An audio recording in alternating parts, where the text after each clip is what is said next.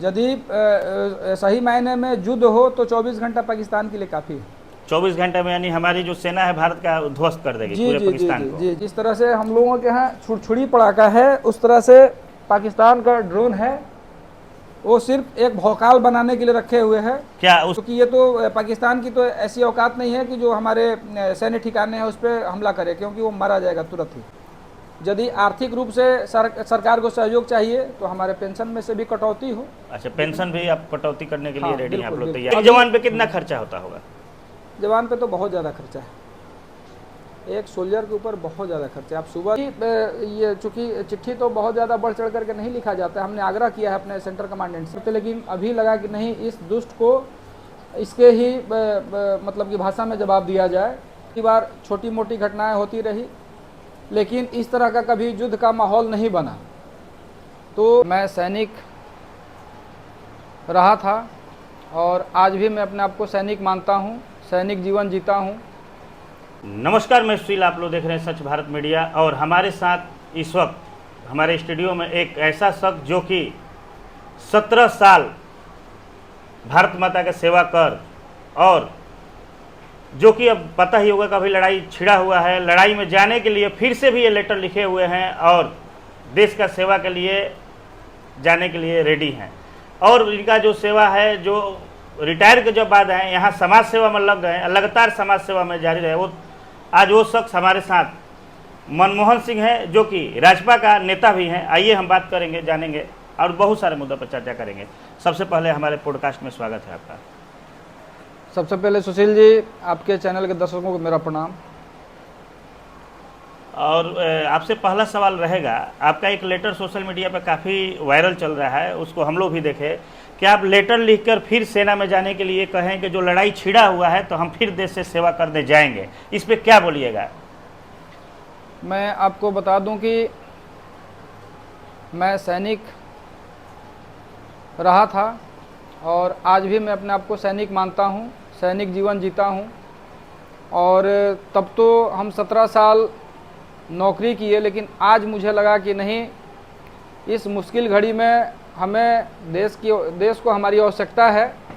चूँकि हम लोग जब भर्ती भी हुए थे तब 99 का कारगिल युद्ध चल रहा था। मैं 2001 में हम लोग तैयारी कर रहे थे और 2002 17 जनवरी को मैं इनरोल हुआ था उस टाइम। तो जज्बा ही था हमारा युद्ध के प्रति, राष्ट्र सेवा के लिए कि हम भी जाएं और अपने आप को न्यौछावर करें, राष्ट्र सेवा में जो भी हमारा जीवन का बहुमूल्य समय है हम वहाँ पे अपना दें। तो चूँकि 17 वर्षों में तो ऐसा कभी मौका नहीं आया, बीच में कई बार छोटी मोटी घटनाएं होती रही, लेकिन इस तरह का कभी युद्ध का माहौल नहीं बना। तो अभी जिस तरह से पाकिस्तान ने हमारे 26 निर्दोष लोगों को मारा है, इससे पहले भी पुलवामा हमला हुआ, तो कई बार तो माफ़ करते करते, लेकिन अभी लगा कि नहीं, इस दुष्ट को इसके ही मतलब की भाषा में जवाब दिया जाए। तो अभी जो स्थितियां बनी हुई है युद्ध की, तो हम लोग चूँकि अभी तो यंग ही हैं और सोशल मीडिया पे जो आप इस तरह की बात कर रहे हैं, तो मेरे लेटर को सोशल मीडिया पे डालने का कारण था कि हमारे और भी जितने मित्र लोग, चूँकि कई लोगों से रिटायर होने के बाद में संपर्क भी हमारा ख़त्म हो चुका है, चूँकि सोशल मीडिया पर हम लोग जुड़े हुए हैं, कई हमारे मित्र लोग उस पर कमेंट भी कर रहे हैं। तो मैं यही कहना चाहूँगा कि जितने भी हमारे दोस्त मित्र लोग सोशल मीडिया के माध्यम से देख रहे हैं, हमारी चिट्ठी को पढ़ रहे हैं, पुनः हम लोग अपने सेंटर कमांडेंट को चिट्ठी लिखें कि यदि उन्हें हमारी आवश्यकता है तो हम लोग फिर से एक बार आएँ। क्योंकि सोल्जर नया तैयार करने में और जो ऑलरेडी ट्रेंड सोल्जर हैं और जो हम लोगों ने 17 साल अपना सैनिक जीवन जिया है, तो उसमें बहुत फ़र्क हो जाता है। चूँकि नए लड़कों को तैयार करना होता है और हम लोग पहले से ऑलरेडी तैयार सैनिक हैं, तो हम लोग ज़्यादा अच्छा काम कर सकते हैं नए लड़कों की तुलना में। तो इसलिए हमने सोशल मीडिया पे भी डाल दिया है कि जो हमारे मित्र बंधु, जो साथी लोग हमारे रिटायर हुए हैं, वो भी आ जाएं। और उसमें हमने ये भी, ये चूँकि चिट्ठी तो बहुत ज़्यादा बढ़ चढ़ करके नहीं लिखा जाता है, हमने आग्रह किया है अपने सेंटर कमांडेंट से कि हमें बुला लिया जाए आवश्यकता पड़े तो। और ये जो मैं अपना सेवा देना चाहता हूँ, यह सेवा निस्वार्थ सेवा है। यहाँ तक कि मैं चाहूँगा कि जितना दिन मैं सेना में जाकर कभी मैं सेवा करूँ, तो उसका सारा खर्च भी मैं खुद स्वयं ही भरपाई करूँ। इसके बाद यदि भारत अच्छा, सरकार जो को खर्च है, खर्च भी हाँ। आप खुद अपना जो भी जितना मेरे है, मेरे ऊपर एक जवान पे कितना खर्चा होता होगा? जवान पे तो बहुत ज़्यादा खर्चा है, एक सोल्जर के ऊपर बहुत ज़्यादा खर्चा है। आप सुबह से आप अपने घर की स्थिति देख लीजिए, सुबह उठ करके चाय पानी से लेकर के और रात के सोने तक विधि व्यवस्था, बिजली पानी, लाइट, कूलर, पंखा, मतलब कि एक सैनिक को हर तरह से आज के डेट में मतलब कि सरकार की तरफ से, सरकार क्या कहें, सरकार ने व्यवस्था दिया है, लेकिन यह जो आम जनता का जो टैक्स है, तो हम लोग उसी दिन के लिए तैयार किए जाते हैं, सुरक्षित रखे जाते हैं कि ये हमारा सैनिक है, मुसीबत पे काम आएगा। तो आज इस देश को हमारी आवश्यकता है और हम देश सेवा करना यानी चाहते हैं। अपना भी जो खर्चा है लगा के अपने सेना में जाइएगा, फिर से जाकर अपना जो है ये करिएगा, है ना? बिल्कुल। और जो हमारे रिटायरमेंट, जो हमारे और भी जितने भी सैनिक हैं, तो मैं उनसे चाहूँगा कि जो हमारी पेंशन है, यदि आर्थिक रूप से सरकार को सहयोग चाहिए तो हमारे पेंशन में से भी कटौती हो। अच्छा, पेंशन भी आप कटौती करने के लिए हाँ, रेडी हैं, आप बिल्कुल, लोग बिल्कुल, तैयार हैं? बिल्कुल। तो लेकिन आप ऐसा बोल रहे हैं, ऐसा कितना जो भी रिटायर हुआ है, कितना लोग ऐसा कर सकते हैं? इस देश का हर सैनिक मेरे जैसा ही सोच रखता है। अच्छा, अब सवाल करेंगे जो कल मंदिर भी जो है, कई मंदिर यहाँ का जो भारत का कई बड़ा बड़ा मंदिर है, मंदिर पे भी हाई अलर्ट कर दिया गया है कि अब यहाँ पे जो भी श्रद्धालु है, श्रद्धालु अब अलर्ट हो जाए, कोई नहीं जा रहा है। इस पे क्या बोलिएगा? ये तो दुष्टता का अंत नहीं है, क्योंकि मंदिर जो है वो सॉफ्ट टारगेट है और वहाँ जो भी भक्तजन जाते हैं, खाली हाथ जाते हैं, भगवान के प्रति अपना आस्था लेकर के जाते हैं और मंदिरों में ज़्यादा से ज़्यादा भीड़ होती है। तो ये जो मिलिटेंट लोग होते हैं वो चाहते हैं कि सॉफ्ट टारगेट को मैं ये करूं ताकि कम समय में ज़्यादा से ज़्यादा नुकसान पहुंचाया जा सके। तो इसलिए सरकार ने जो इस तरह का कुछ मंदिरों को चिन्हित करके बंद किया है, तो ये अच्छा है, क्योंकि ये तो पाकिस्तान की तो ऐसी औकात नहीं है कि जो हमारे सैन्य ठिकाने हैं उस पर हमला करे, क्योंकि वो मारा जाएगा तुरंत ही। और कल पता ही होगा कि 300 से 400 ड्रोन पाकिस्तान से छोड़ा गया था, जिसमें 70 से अधिक ड्रोन को ध्वस्त किया है हमारा सेना ने।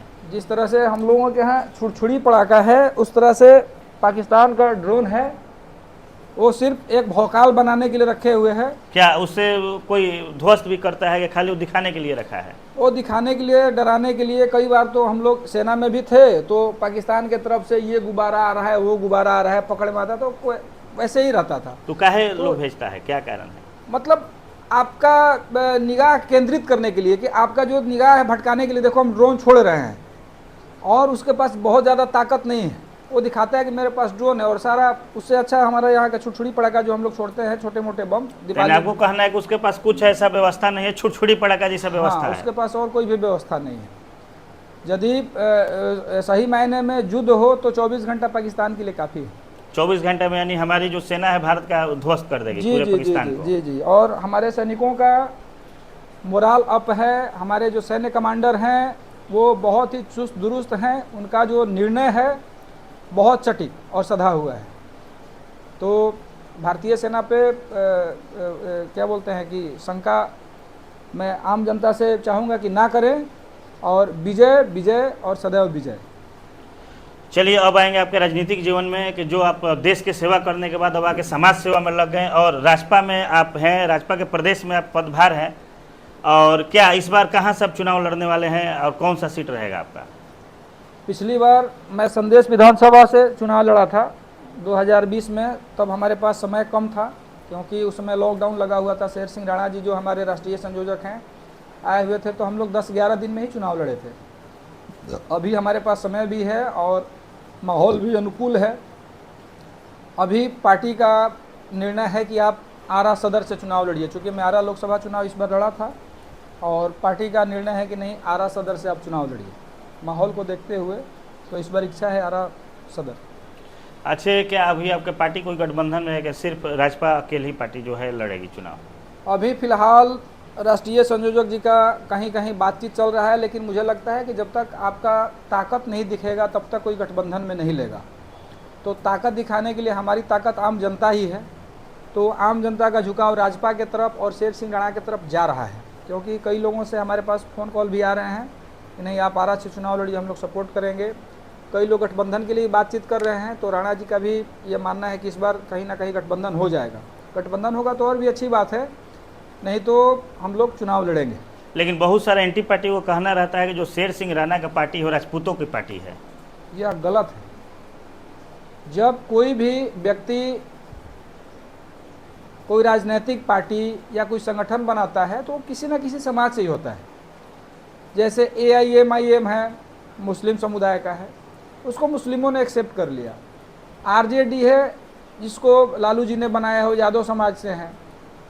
लोजपा रामविलास पासवान जी ने, लेकिन सभी जाति के लोग हैं उसमें, सभी जाति के लोग हैं। तो उसी तरह से RJP भी, जो पार्टियां होती हैं वो एक विचारधारा होता है। अब लोगों को जुड़ना होता है कि आप किस विचारधारा से जुड़ना चाहेंगे। तो जिस तरह से RJD है, BJP है, JDU है, लोजपा है, कांग्रेस है, अपना दल है, सपा है, बसपा है, उस तरह से राजपा भी है, RJP। तो हमारा जो विचारधारा है, मुझे लगता है कि अन्य सभी लोगों के विचारधारा से अच्छा है, जिसमें 36 बिरादरी को एक साथ लेकर के चलने की बात की जाती है। बेशक शेर सिंह राणा सामान्य वर्ग से आते हैं, उन्होंने पार्टी का स्थापना किया राजपा का, लेकिन यह 36 बिरादरी को एक साथ लेकर के चलने की बात करते हैं। आप शेर सिंह राणा जी का कई सारा जो है वक्तव्य कहीं मंचों से सुन सकते हैं कि उन्होंने हमेशा 36 बिरादरी का बात किया है। तो मैं समझता हूं कि बाकी लोग भी इस पार्टी के साथ जुड़ेंगे, क्योंकि राष्ट्रीयता का भावना के साथ इस पार्टी का गठन किया गया है, जो कि राष्ट्रहित के लिए निर्णय हो और हर समाज को, 36 बिरादरी को समानता दिलाने के लिए, समान अधिकारों के लिए इस पार्टी का गठन किया गया है। तो क्या लग रहा है आपकी पार्टी कितने सीटों पर चुनाव लड़ेगी इस बार? वैसे बिहार विधानसभा में तो 243 सीट है, लेकिन मैं 243 सीटों की बात नहीं करूंगा। यदि गठबंधन हो जाता है तो आपके कम ही सीट मिलेंगे, 243 की तो बात नहीं करना है। लेकिन यदि गठबंधन नहीं भी होता है तो जहाँ जहाँ हमारी स्थिति मजबूत है, लगभग 60 से 80 सीट पे हमारी पार्टी चुनाव लड़ेगी। 60 से 80 पर? हाँ, 7 से 80 सीटों पे हम लोग चुनाव लड़ेंगे। और भी कैंडिडेट, इससे इतने हमारे कैंडिडेट लगभग तय हैं, इससे और भी ज़्यादा कैंडिडेट आगे बढ़ते हैं तो इससे आगे हम लोग जा सकते हैं। लेकिन फ़िलहाल तो 60 से 80 का टारगेट है हम लोगों का, जहाँ पे हमारे मजबूती है। और यदि गठबंधन में कहीं आ जाते हैं तो 15-20 सीट हमें मिलता है तो हम लोग उस पर भी चुनाव लड़ेंगे। अच्छा, मान लीजिए आपके पार्टी का अच्छा प्रदर्शन होता है, अच्छी जीत होती है, तो जीतने के बाद आपके पार्टी किस पार्टी तो RJD है, भाजपा है, जदयू है, किस पार्टी के साथ आप जाइएगा? आपका पार्टी जाएंगे, शेर सिंह राणा जाएंगे? देखिए, यदि हम लोग चुनाव जीतते हैं तो जो पार्टी राष्ट्र हित में काम करेगी और समाज हित में काम करेगी, क्योंकि अभी आज़ादी के बाद 1947 के बाद आप देख लीजिए, जब से लोकतंत्र हमारा कायम हुआ, 1952 से लेकर के अब तक जितनी भी सरकारें आई है, सामान्य वर्गों के खिलाफ ही कोई ना कोई कानून बना है। तो जो पार्टी राष्ट्रहित के मुद्दों के साथ साथ सामान्य वर्ग के कल्याण की बात करेगी, चाहे वो BJP हो, चाहे वो RJD हो, चाहे वो कोई भी पार्टी हो, आपको देखने से कौन सा पार्टी जो है कि राष्ट्रहित के लिए बात कर सकती है? देखिए, राष्ट्रहित के लिए तो मतलब कि राष्ट्रीय पार्टी के रूप में आपका BJP और कांग्रेस, दो राष्ट्रीय पार्टियां हैं और दोनों पार्टियों ने अपने अपने समय में कुछ ना कुछ काम किया है। ऐसा नहीं है कि कांग्रेस ने बिल्कुल काम नहीं किया है और BJP ने बिल्कुल काम नहीं किया है। दोनों जो पार्टियां हैं अपने अपने समय के अनुसार उन्होंने अच्छा काम किया है।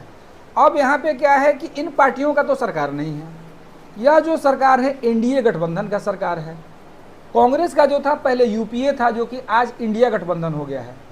तो जो पार्टी हमारे समाज के हित के साथ साथ राष्ट्र हित के मुद्दे पे रहे, हम उसके साथ रहेंगे। जहाँ पे राष्ट्र हित का मुद्दा होगा हम मौजूदा सरकार के साथ हैं, जहाँ पे क्षेत्रीय और जातीय मुद्दा आएगा वहाँ पे हम अपने समाज की बात करेंगे। तो जो हमें इस लायक समझे अपने साथ लेगा, हम उसके साथ जाएंगे। हम महागठबंधन के साथ भी जा सकते हैं, हम NDA गठबंधन के साथ भी जा सकते हैं। अभी कई पार्टियों से ऑफर है आप लोग के गठबंधन के लिए? ऑफर तो नहीं है, अप्रोच किया जा रहा है। चूंकि अभी हम उतने बड़े दल के रूप में नहीं है कि हमारे पास ऑफर आएगा। ऑफर तब आता है, मैं अपने समाज के लोगों से बार बार आग्रह करता हूं कि हम लोग मजबूत संख्या में एक साथ जुटें, और जिस दिन हमारा समाज मजबूत संख्या में जुटेगा उस दिन ऑफर भी आना शुरू हो जाएगा। जैसे कि अभी आदरणीय भाई शेर सिंह राणा के नेतृत्व में हमने आगरा में जो रामजी लाल सुमन जी ने एक महाराणा सांगा जी के ऊपर विवादित बयान दे दिया था, तो हमारा समाज जिस तरह से वहाँ पे एकजुट हुआ SC/ST एक्ट के खिलाफ हमने जो प्रदर्शन किया, हमारा समाज एकजुट हुआ, या अन्य कई मुद्दों पे हमारा समाज जब एकजुट हो रहा है तो अन्य पार्टियों को दिख रहा है कि नहीं, यह समाज भी अब एकजुट हो रहा है, इनको भी गठबंधन में लेना चाहिए। और कई ऐसे तो ढकोसलेबाज जो हैं बोलते हैं कि सामान्य वर्ग जो है वो मिढ़क है। मैं कई लोगों को इस चीज़ का मैंने खंडन किया है। बोलता है लोग कि सामान्य वर्ग जो है कभी इकट्ठा नहीं हो सकता है, एक पलड़े पे इनको नहीं तौल सकते हैं, एक तराजू पे। लेकिन मेरा ऐसा मानना नहीं है। मेरा ऐसा मानना है कि सामान्य वर्ग भी एकजुट है, क्योंकि हमारे समाज के चाहे राजपूत हो, ब्राह्मण भाई हों, कायस्थ हों, अपना भूमिहार भाई हों, इस समाज के लोगों से चाहे आप जिससे भी पूछें कि भाई आपने किसको वोट दिया है, तो 90% लोगों का है कि हमने बीजेपी को वोट दिया है। तो यदि 100 में से 90 लोग मेरे समाज के बीजेपी को वोट देते हैं तो इसका मतलब कि हम लोग एक ही पलड़े पे हैं। लेकिन तब यहाँ पे मुश्किल क्या आती है हमारे समाज के साथ साथ, चूंकि बीजेपी को हमने मुफ्त में वोट दे दिया, सिर्फ राष्ट्रहित के मुद्दे पर हमने वोट दे दिया।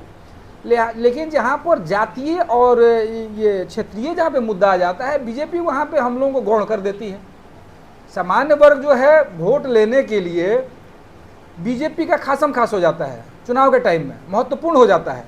लेकिन जब काउंटिंग शुरू हो जाता है, बीजेपी सरकार में आ जाती है, तो फिर सामान्य वर्ग जो है महत्वहीन हो जाता है, फिर हमारी कोई सुनता नहीं है। तो मेरे कहने का मतलब है, चाहे वो एनडीए गठबंधन हो, चाहे वो इंडिया गठबंधन हो, आप जिस तरह से चाहे 38, 39, 40 दलों का, जितने भी दलों का आपका गठबंधन है, एक गठबंधन में हमारा भी संख्या बढ़ा लीजिए। यदि आपका 38 दलों का गठबंधन है तो उसको 39वां ले लीजिए।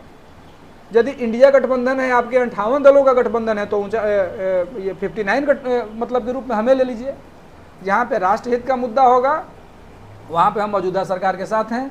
जहाँ पर क्षेत्रीय और जातीय मुद्दा होगा वहाँ पे अपने समाज की बात करेंगे। यदि नीतीश कुमार जी, जीताराम मांझी जी, मुकेश साहनी जी, तेजस्वी यादव जी, अपना क्या बोलते हैं SC/ST समाज का जो हमारे यहाँ माले है, ये लोग, चाहे और कोई भी यदि जातीय और क्षेत्रीय मुद्दा पे यदि कोई बात करता है, तो वहाँ पे यदि राजपा के शेर सिंह राणा रहेंगे, चाहे मैं बिहार विधानसभा में प्रतिनिधित्व करने के लिए जाऊँ, चाहे हमारे समाज से कोई भी भाई हमारा वहाँ पे विधायक जीत करके जाए, तो हमारे समाज की भी बात करें।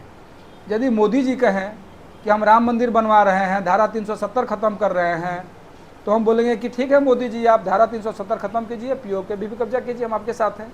आप राम मंदिर बनवा रहे हैं तो आप मथुरा पे भी काम कीजिए, इसके बाद काशी पे भी काम कीजिए, हम आपके साथ हैं। यदि वो बोलते हैं कि चाइना दुष्ट है, उसको पिटापट करना है, तो हम बोलेंगे यदि कल नहीं आज ही पिटापट शुरू कीजिए। यदि मोदी जी बोलते हैं कि हमें 25 राफेल खरीदना है, तो हम बोले कि भाई ये तो राष्ट्रहित का मुद्दा है, आप 25 नहीं 30 राफेल खरीदिए। लेकिन जब कोई कल्याणकारी योजना बनता हो और मोदी जी ने सर्वदलीय बैठक बुलाया, चूँकि मोदी का तो सरकार ही नहीं है, या जो सरकार है एनडीए गठबंधन का है, जिसमें चिराग जी बैठेंगे, कोई मतलब कि वैसा डिसीजन लेना होगा तो नरेंद्र मोदी जी और बीजेपी अकेले डिसीजन नहीं ले सकती है। वहाँ पे चिराग जी भी बैठेंगे, नीतीश जी भी बैठेंगे, जीतन राम मांझी जी भी बैठेंगे, अनुप्रिया पटेल जी भी बैठेंगी, रामदास अठावले जी भी बैठेंगे, अन्य जितने भी सहयोगी दल हैं एनडीए के, वो भी उनके साथ बैठेंगे। तो यदि हमें वो गठबंधन में लेंगे तो हम भी उनके बराबरी में बैठेंगे। यदि सामाजिकता का बात होगा, वो लोग अपने समाज की बात रखेंगे, तो हम लोग भी कहेंगे कि आदरणीय प्रधानमंत्री जी, विगत 78 वर्षों से अन्य समाज को मुख्य धारा में जोड़ने के लिए सरकार के तरफ से बहुत सारी कल्याणकारी योजनाओं का सृजन किया गया है, जिससे लाभान्वित होकर अन्य समाज नित्य प्रतिदिन आगे बढ़ता जा रहा है। आज सामान्य वर्ग में भी विधवा, विकलांग, अनाथ, अपाहिज, भूमिहीन हर तरह के लोग हैं। आज हमारे समाज को भी इस तरह की योजनाओं की आवश्यकता है। दूसरा चीज़, हमारे समाज के साथ साथ बहुत सारा ऐसा भी समाज है जो कि संख्या बल में कम है, जैसे हमारे कुम्हार भाई हो गए, लोहार भाई हो गए, बढ़ई भाई हो गए, या जो प्रजापोनी जो हजाम भाई हो गए। तो इनका जो संख्या बल कम है, हम उनके अधिकारों की भी बात करेंगे कि भाई हमारे साथ साथ आप उन्हें भी इन योजनाओं का हिस्सा बनाइए, क्योंकि उसमें भी गरीबी है। संख्या बल में वोट कम है, इसका मतलब ये थोड़ी है कि वो राष्ट्रीयता की भावना नहीं रखते हैं, वो इस राष्ट्र के नहीं हैं। उन्हें भी इस तरह की योजनाओं का लाभ मिलना चाहिए, क्योंकि हमारा शेर सिंह राणा का कहना है कि ना अपना अधिकार किसी को छीनने देंगे, ना किसी का अधिकार छीनेंगे। यदि एक थाली किसी और को मिलता है तो दूसरी थाली मुझे भी मिलना चाहिए, बराबरी का।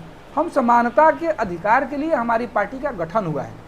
चूँकि अब तक हमने आपको बता दिया कि 1952 से लेकर के आज तक जितनी भी योजनाएं हैं, जितने भी हमारे भाई लोग पॉडकास्ट में हमारी बातों को सुन रहे हैं या फिर शेर सिंह राणा जी को सुनते होंगे, वो किसी कानून के किताब में जाकर के देख लें या किसी अच्छे वकील से पूछ लें, या फिर अब तो सोशल मीडिया पे भी बहुत सारा मसाला उपलब्ध है, आप वहाँ से भी जानकारी ले सकते हैं कि अब तक हमारे समाज को कमज़ोर करने के लिए सरकार के तरफ से बहुत सारी नीतियाँ बनी हुई है। क्योंकि आप सामान्य वर्ग हैं, तो सामान्य वर्ग हैं, तो हमने ऐसा कौन सा पाप कर दिया? हमारे पूर्वजों ने भारत भूमि को अखंड बनाने के लिए अपना सब कुछ दान दे दिया। जो कुछ हमारी भूमियाँ बची हुई थी, कुछ अच्छे ज़मींदार तबके के लोग थे, उनसे सीलिंग एक्ट के माध्यम से ले लिया गया ज़मीन। इसके बाद अभी जो कुछ ज़मीनें बची हुई है, 2, 4, 5 बीघा, 10 बीघा, 50 बीघा, उनमें बहन बेटियों का बराबरी का हिस्सेदारी लगा करके हमारे समाज को, जिसको ज़मीन को कहा गया है कि यह जो है अचल संपत्ति है भूमि, तो जो अचल संपत्ति को तोड़ करके यदि किसी को बर्बाद करना है तो उसकी संपत्ति को बर्बाद कर दो और उसके इनकम के स्रोत को रोक दो, है ना। तो ये हमारे इनकम का जो साधन था, पहले तो सरकार के तरफ से ऐसी कोई व्यवस्था नहीं दी गई ताकि किसानों का कल्याण हो। आज के डेट में किसानों के प्रति सरकार का कोई अच्छा नीति नहीं है, ना तो ज़मीन पे, ना तो खाद बीज पे, ना तो भंडारण पे, ना ऐसा कुछ। सरकार के तरफ से किसान आयोग का गठन नहीं हुआ, जिसके कारण से किसानों को लाभ नहीं मिलता है। यदि कोई 50 बीघा का भी काश्तकार हो या 100 बीघा, 200 बीघा का, उसके यहाँ कोई बीमारी आ जाए, बहन बेटी का शादी करना हो, पढ़ाना हो, तो उसको ज़मीन ही बेचना है, चाहे वो जैसे भी करे। तो अच्छा, अन्य जो लोग हैं नौकरी का लाभ लेकर के लाभान्वित हो जा रहे हैं, अन्य समाज निरंतर आगे बढ़ता जा रहा है। हमारे समाज में इस तरह की स्थितियाँ पैदा हुई हैं। आज हम लोग आरक्षण का दंश झेल रहे हैं। क्यों? हमारे समाज में आरक्षण का ये ज़रूरत नहीं है क्या? आज हमारे समाज में बहुत सारे लोग भूमिहीन हैं। कई सारे लोग हैं, 5 बीघा ज़मीन है और पता चलेगा कि 6 भाई हैं। बताइए कितना पड़ा उसके, और 5-6 के 1-1, 2-2 बाल बच्चे हो गए, तो कई लोगों को तो टीका करने का भी ज़मीन नहीं है। अच्छा, एक बात और पूछना चाहेंगे कि आपका पार्टी का जो मुद्दा है, मुद्दा क्या रहेगा? बहुत सारा तो पार्टी है कि अपना अपना एक मुद्दा लेकर आती है कि हमारा ये मुद्दा है, वो मुद्दा है।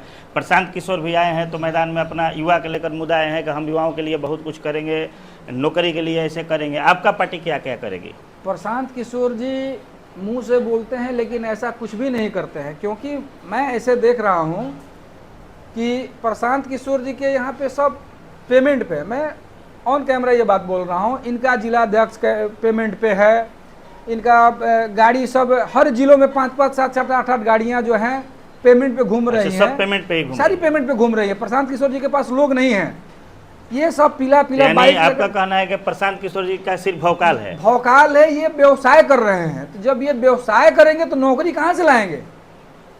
प्रशांत किशोर जी जब व्यवसाय करेंगे तो नौकरी कहाँ से लाएंगे? ये तो यहाँ पे छीट रहे हैं।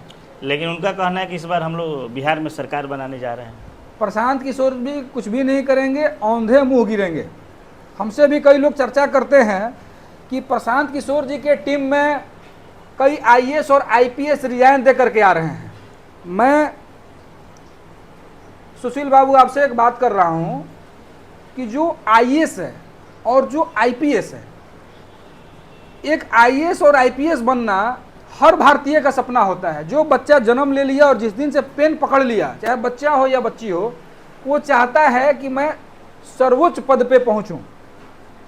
जो सबसे बड़ा एग्जामिनेशन है हिंदुस्तान का यूपीएससी है, और जो यूपीएससी क्वालिफाई करने के बाद आईएएस बनता है और आईपीएस बनता है, वो यदि रिजाइन दे करके आता है कि मैं विधायक बनने जा रहा हूं, तो ऐसा कौन सा मलाई का यहाँ पे मटका रखा हुआ है?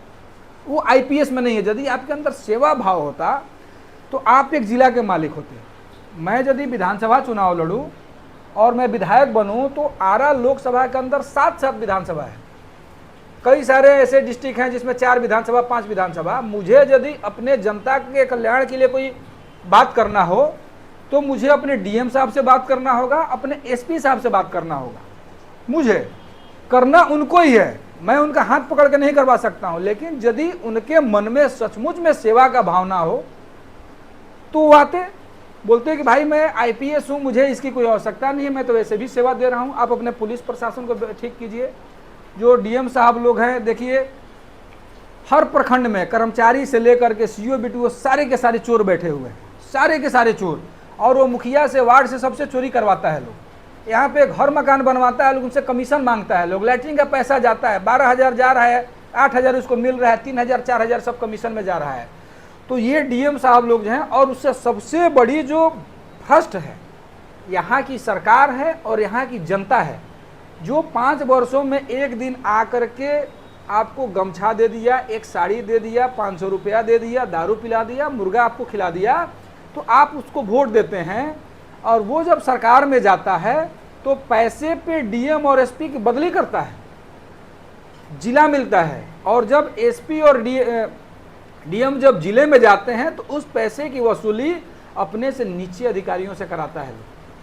यहाँ पे बालू में जाइए, हर घाट से डीएम एसपी को, खनन को, हर घाट से जाता है पैसा, सभी घाटों से जाता है, पूरे घाटों से जाता है पैसा। और मैं खुलेआम यहाँ पे बोल रहा हूँ, यदि कोई सचमुच में ईमानदार है, यदि कोई गीता का कसम खा करके आया है, तो अपने बच्चों के सिर पे हाथ रख करके कोई भी डीएम एसपी कसम खाए कि मैं यहाँ से घूस नहीं लेता हूँ, वो सेवा करना चाहे तो आपके लिए बहुत बड़ा अपॉर्चुनिटी यहाँ पे मिला हुआ है। भगवान का आशीर्वाद है कि लाखों करोड़ों की जनसंख्या में आप यहाँ पे चुन करके आए हुए हैं। भगवान ने आपके अंदर वो काबिलियत दिया है कि सर्वोच्च पद को आपने प्राप्त किया है। अब आप जनता की सेवा करके आशीर्वाद लें और अपने बाल बच्चों का भी भविष्य संवारें। इस तरह का तो कुछ हमने देखा ही नहीं है। जो आता है थाना है, पैसे पे झूठा केस लिख देता है लोग। कई लोग ऐसे पीड़ित हैं, जाइए कोर्ट कचहरी में, भीड़ लगा हुआ है, बैठने का जगह नहीं है, खड़ा होने का जगह ऐसा नहीं है। लेकिन फिर तो जनता है वैसे ही सरकार को चुनती है, क्यों चुनती है ऐसा? वही चीज है, हमने क्या कहा कि हमने जनता को भी दोष दिया कि 500 रुपया दारू, मुर्गा और गमछा 100-200 की साड़ी पे आप लोग मत बिकिए। वो जो चुन करके जा रहे हैं वो आपके भाग्य विधाता बन रहे हैं। पहले क्या था, राजतंत्र था, आज लोकतंत्र है। राजतंत्र में जो राजा होते थे वो जनता से कर वसूली, टैक्स लेते थे और फिर उन पैसों को जनता के कल्याण में खर्च होता था। आज की ये जो सरकारें हैं वो किसी की सगी नहीं है, वो चुन करके जाते हैं आपका भाग्य विधाता बन करके। वो जिस टेबल कुर्सी पे बैठे हुए होते हैं वो टेबल कुर्सी भी आपके पैसे से खरीदा हुआ है। जो डीएम एसपी यहाँ बैठे हुए हैं, जो ऑफिस में वो चाय पानी पीते हैं, वो भी आपके और हमारे पैसे के टैक्स से, टैक्स के पैसे से वो लोग चाय पानी पी रहे हैं और पेमेंट ले रहे हैं। तो वो हमारे नौकर हैं, वो हमारे सेवक हैं। तो हमें वैसे सेवक को चुनना चाहिए, अपना नेता को, जो कि अच्छे अधिकारियों को अच्छे जगह पे मौका दे, उनसे पैसा ना ले ताकि वो अधिकारी भी मजबूर हो जाएं। अब क्योंकि अब बड़े बड़े मतलब कि 70 लाख 80 लाख 1-1 करोड़ बोली लगती है एक डीएम को एक जिला देने के लिए। अब बताइए कि डीएम साहब का 1.5 लाख रुपया महीना है तो 1 करोड़ रुपया वो कहाँ से देगा? कोई भी, चाहे डीएम साहब हो, चाहे एसपी साहब है, चाहे कोई भी पदाधिकारी हो। तो डीएम साहब क्या करते हैं, सीईओ बीडीओ की बदली करते हैं, उनसे वसूली करवाते हैं। सीईओ बीडीओ जो है अपने कर्मचारियों से, अपने स्टाफों से, जनता से वसूली करवाते हैं। तो ये एक चैनल गलत बना हुआ है। ये जो बातें हैं किसी को बुरी लग सकती हैं, लेकिन हकीकत यही है। वो अपने दिल पे हाथ रख करके देखे कि क्या हमने सही कहा है या गलत कहा है। मुझे लगता है कि मैं इस जगह पे सही हूँ और सचमुच में यदि जनता को सेवा करना है तो प्रशांत किशोर जी को आईएएस और आईपीएस की जरूरत नहीं है। अच्छा, आईएएस आईपीएस को ही क्यों ज्वाइनिंग वो करवाते हैं? क्यों? जो इसलिए कि उन लोगों के पास में एक बड़ा लॉबी है ना, फंडिंग आता है। अच्छा, फंडिंग। जो आईएएस और आईपीएस हैं वो बड़े बड़े धुरंधर को पकड़ के रखे हैं। कौन कौन सा कंपनी है, कौन कितना माल पानी वाला है, उनके पास से जो टैक्स वाला, जो ये सब चोरी उरी वाला है, सब ला कर इधर ब्लैक इधर खपाता है, लोग उससे पैसा खर्चा हो रहा है। बड़े लोगों का तो बड़े लोगों से ही जान पहचान है। मैं सैनिक हूँ तो भाई मेरी तो सैनिकों से जान पहचान है, बड़े अधिकारियों से तो मेरी जान पहचान नहीं है। मैं अपनी बातें उन्हीं तक पहुँचा सकता हूँ। उनसे यदि मैं चंदा मांगने जाऊँगा तो हमको 1000-2000 रुपया 500 देगा लोग। लेकिन यदि कोई बड़ी कंपनियां हो तो लाखों करोड़ों में चंदा देगी, हजारों करोड़, 500-500 करोड़ देती हैं। तो बड़े लोगों का जो लॉबी है बड़ा होता है। इसलिए प्रशांत किशोर जी बड़े बड़े लोगों को ही पकड़ रहे हैं, हमारे आपको नहीं पकड़ेंगे, क्योंकि हमारे पास अपने लिए खर्च करने के अलावा दूसरा पैसा ही नहीं है। तो ये जो है व्यवसाय कर रहे हैं। पर मैं प्रशांत किशोर जी से फिर भी एक बार बोल रहा हूँ कि आपको राजनीति का व्यवसायीकरण नहीं करना चाहिए। प्रशांत किशोर जी, आपके पास इतना ज़्यादा पैसा आ गया है तो आप जा करके यहाँ पे खुद ही एक बड़ा कंपनी लगाइए। जो आप बोलते हैं बिहार में रोजगार की बात कर रहे हैं, सरकार में जाने के लिए आप कर रहे हैं, प्रयास कर रहे हैं, तो आप सरकार में मत जाइए, यहाँ पे बड़ा कंपनी खोलिए। आप जिस डिस्ट्रिक्ट से आते हैं, आप शाहाबाद से ही, मेरे ख्याल से प्रशांत किशोर जी शाहाबाद से ही आते हैं, तो आप शाहाबाद में एक फैक्ट्री लगाइए। जितना पैसा यहाँ प्रचार प्रसार में आप लगा रहे हैं, एक फैक्ट्री लगाइए और वहाँ से 500 लोगों को आप रोजगार दीजिए, और उस फैक्ट्री के मुनाफे से फिर शाहाबाद के बाद आप चले जाइए, सारण में चले जाइए, तिरहुत प्रमंडल में आप घुस जाइए, मगध प्रमंडल में आप घुस जाइए, पटना में चले जाइए। आप वहाँ पर फैक्ट्रियाँ दीजिए, नौकरियाँ दीजिए, आपके बस की होगी, वहाँ पे कोई आपको रोकने वाला नहीं है। तो इस तरह का आप प्रयास कीजिए, हमने कहाँ आपको मना किया है। लेकिन अच्छा, लास्ट सवाल एक आपसे रहेगा। इस बार तेजस्वी जी भी दावा कर रहे हैं कि मैं फुल बहुमत से बिहार में सरकार बनाऊंगा। क्या लग रहा है, तेजस्वी जी की सरकार बनेगी बिहार में? सरकार तो तेजस्वी जी की नहीं बनेगी, क्योंकि तेजस्वी जी के ऊपर एक कलंक लगा हुआ है लालू जी को। हालांकि तेजस्वी जी अपने समय में अच्छा काम कर रहे हैं, अभी ये स्वास्थ्य मिनिस्टर थे तो बहुत इन्होंने अच्छा काम किया, तो जो काम करता है उसको आदमी दरकिनार नहीं कर सकता है। लेकिन इनके ऊपर इनके पिताजी का एक कलंक धब्बा लेकर के यदि ये लड़का कुछ अच्छा बोलता है, अच्छा करता है, तो उससे धूमिल करने का प्रयास किया जाता है। लेकिन सरकार नहीं बना पाएंगे, लेकिन अच्छा सीट निकालेंगे, ये मेरा दावा है कि तेजस्वी जी अच्छा सीट निकालेंगे। यानी आरजेडी का इस बार अच्छा सीट रहेगा, मजबूत स्थिति में रहेंगे। सरकार नहीं बना पाएंगे, लेकिन उनकी स्थिति मजबूत होगी। यदि हमारी तरह जो हमारी जो पार्टियां हैं, जो एक विचारधारा है, यदि ऐसी छोटी छोटी पार्टियों को अपने साथ वो संगठित कर लेते हैं तो सरकार भी बना सकते हैं। ऐसा नहीं कहा जा सकता है। यदि इन पार्टियों को, इन विचारधारा को अपने साथ जोड़ते हैं तो सरकार भी बना सकते हैं। अच्छा, लास्ट सवाल रहेगा कि तमाम जो भी रिटायर्ड सेना है, सेना के जवानों से आप हमारे चैनल के माध्यम से क्या कहना चाहिएगा? मैं अपने सभी साथियों से, या हमसे पहले भी जो रिटायर किए हैं, अभी जो मुश्किल की घड़ी आई है देश पे विपदा, इस विपदा की घड़ी में हम सभी भारत सरकार के साथ रहें। हम जिस भी किसी यूनिट में नौकरी किए, चाहे हमारा रिकॉर्ड ऑफिस कोई भी हो, अपने रिकॉर्ड ऑफिस को हम लोग सूचित करें कि भाई आज भी मैं उसी स्थिति में हूँ, युद्ध लड़ने के लिए तैयार हूँ, ड्यूटी करने के लिए तैयार हूँ, और हमें चिट्ठी लिख करके, ताकि हमारे अधिकारियों को भी पता चले कि हमारे जो सैनिक हैं उन्होंने सेना से मुँह नहीं मोड़ा है। आज भी हम अपने सेना के साथ ही हैं, अपने राष्ट्र के साथ हैं, और मुझे लगता है कि हमारी तरह हर रिटायर सैनिक जो चलने फिरने में सक्षम है वो राष्ट्रभक्त है, और उनको बुलाया जाए। जैसे देखिए कि हमारे साथ रिटायर्ड सेना के जवान मनमोहन सिंह जी थे, काफ़ी समाज की सेवा में लगातार लगे रहते हैं। काफ़ी सोशल मीडिया पर जैसे देखें कि इनका लेटर जारी हुआ था, वो लेटर को हम लगा भी देंगे, आप लोग देखिएगा। इस न्यूज़ के बारे में आप लोग क्या सोचते हैं? लाइक, कमेंट, शेयर करके बताइएगा। मिलते हैं नेक्स्ट वीडियो में, तब तक के लिए धन्यवाद।